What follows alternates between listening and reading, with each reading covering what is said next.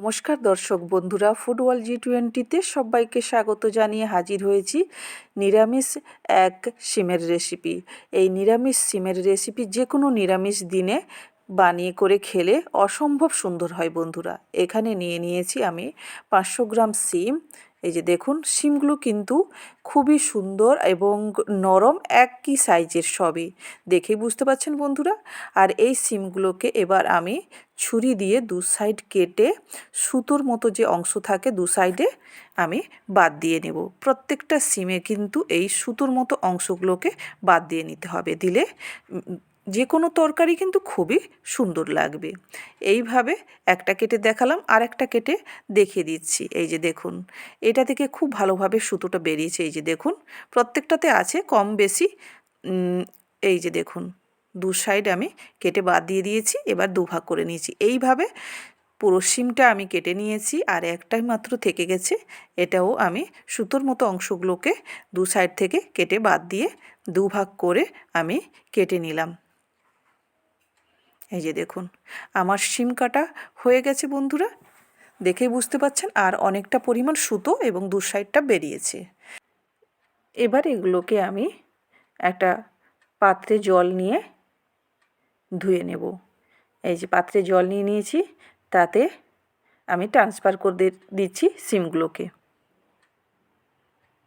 হাতে একটু ভালো করে আমি ওলট পালট করে ধুয়ে নিয়ে, এই যে দেখুন ধুয়ে নিয়েছি। এবার আমি ওই পাত্রটা ধুয়ে এবার ওতে তুলে নিব। এই যে জল ঝরিয়ে শিমে আমি তুলে নিচ্ছি। বন্ধুরা, শিমগুলো কিন্তু খুবই নরম, আর এখন শীতের সময় টাটকা সবজিটা আমরা পাই, তেমনি শিমটাও এই সময়টা আমরা পাই। আর এই ধোয়া শিমগুলোকে আমি এবার লবণ হলুদ দিয়ে মাখিয়ে নেব। লবণটা খুব সামান্য পরিমাণ দিয়েছি, হলুদটাও একবারে অল্প পরিমাণ দিলাম। এবার এটাকে মাখিয়ে নেব ভালো করে। দিলে নুনও ঢুকে যাবে, আর যে কোনো সবজিতে নুনটা ঢুকে গেলে খুবই ভালো হয়। আর সে সবজিটার টেস্ট কিন্তু বানালে খুবই সুন্দর হয়। এই যে দেখুন, আমার নুন হলুদ মাখানো হয়ে গেছে। এবার এটা রাখা থাকুক। এদিকে আমি একটা মশলা বানিয়ে নেব। এই যে গ্রাইন্ডারে বাটি নিয়ে নিয়েছি, এবার তাতে দিয়ে দিচ্ছি হলুদ সর্ষে 2 চামচ, আর লাল সর্ষে একবারে আধা চামচেরও কম। আর দিয়ে দিচ্ছি এখানে তিলও দিচ্ছি আমি 2 চামচ। আপনারা তিলের পরিবর্তে পোস্ত ব্যবহার করতে পারেন। আর এখানে আমি পোস্তও দিচ্ছি 1 চামচ। আর যদি তিল পোস্ত কোনোটাই না ব্যবহার করেন, তাহলে বাদামও ব্যবহার করতে পারেন। বাদামের খোসা ছাড়িয়ে সেটাও ব্যবহার করুন। একবার আমি শুকনো অবস্থায় গুঁড়ো করে নিয়েছি, তাতে সামান্য পরিমাণ নুন দিয়ে আমি পরিমাণ মতো জল দিয়ে আবার পেস্ট বানিয়ে নিব। এই যে দেখুন, পেস্ট বানিয়ে নিয়েছি। এটা যে কোনো রান্নার আগে 10 মিনিট আগে আপনারা এটা সর্ষেটাকে বেটে রাখবেন। কড়াইতে তেল দিয়ে দিয়েছি, তেল দিয়ে শিমগুলোকে তুলে নিচ্ছি। কারণ সর্ষে একটু তেতো ভাব থাকে, তো 10 মিনিট আগে বেটে রাখলে আর তেতো ভাবটা থাকে না।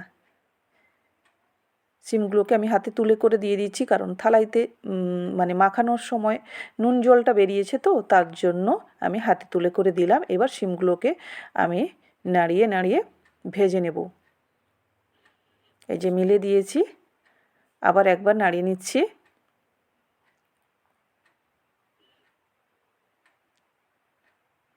পুরোপুরি বন্ধুরা লাল করে ভাজবো না, পুরোপুরি একবারে ভাজারও দরকার নেই।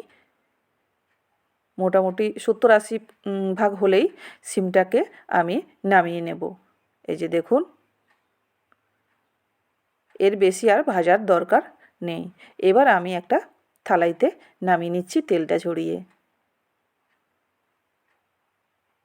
আর বন্ধুরা, কে কোথাতে দেখছেন নিশ্চয়ই কমেন্টে জানাবেন। শিমের এই রেসিপিটা আপনাদের কেমন লেগেছে সেটাও জানাবেন। ভালো লাগলে একটা লাইক শেয়ার করে দেবেন। এই তেলে কড়াইটা ধুয়ে করে ওই তেলে আমি আর একটু সামান্য পরিমাণ সর্ষের তেল দিয়ে কালো জিরে আর 3টে কাঁচা লঙ্কা দিয়ে দিলাম। একটু জিরে ফোড়ন আর কাঁচা লঙ্কাটা ভাজা ভাজা হলে এবার পেস্ট করে রাখা যে মশলাটা ওটা তুলে দিলাম। তুলে দিয়ে একটু তেলের উপরে আমি কষে নিব। এই যে তেলের উপরে ভালো করে কষে নিয়েছি। এরপরে দিয়ে দেব হলুদ, খুব সামান্য পরিমাণ লঙ্কার গুঁড়ো, মানে এটা দিলাম কাশ্মীরি লঙ্কার গুঁড়ো, আর দিয়ে দিচ্ছি লবণ। দিয়ে এবার মশলাটাকে ততক্ষণ পর্যন্ত কষবো যতক্ষণ পর্যন্ত না তেল উপরে উঠে আসে, মানে মশলা থেকে তেল ছেড়ে দেয়। এই যে দেখুন, এবার দিয়ে দিচ্ছি হালকা পরিমাণ চিনি, একটু টেস্ট ব্যালেন্সটাকে ঠিক রাখার জন্য। দেখুন তেল ছেড়ে দিয়েছে মশলা থেকে। এবার শিমগুলো তুলে দিচ্ছি, ভেজে রাখা শিমগুলো। শিমটা দিয়ে আমি 4 থেকে 5 মিনিট মতো ভেজে নিব। মশলার সঙ্গে দিলে মশলাটাও শিমের ভেতরে ঢুকবে আর তাতে খুব ভালো হয়। এই যে দেখুন কষিয়ে নিয়েছি শিমটা মশলার সঙ্গে, আপনারা দেখেই বুঝতে পারছেন কারণ তেলটা ছেড়ে দিয়েছে এই জায়গায়। এই যে দেখুন, এরপরে আমি গ্রাইন্ডারে বাটি ধোয়া জলটা দিয়ে দিলাম, ওটা আধা বাটি মতো হবে।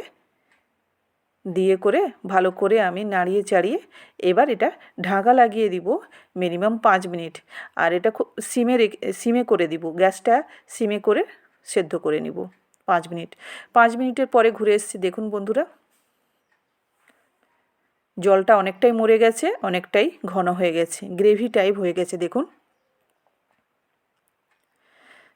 সাইডের চারদিকে আমি এইভাবে খুন্তি দিয়ে করে তাতে আমি এবার দিয়ে দিলাম 5টা কাঁচা লঙ্কা, কারণ আমি গুঁড়ো ঝাল লঙ্কা দিইনি, কাঁচা লঙ্কাটাই ব্যবহার করেছি। এই যে দেখুন 5 মিনিট মতো সিমে করে বসিয়ে রেখেছিলাম।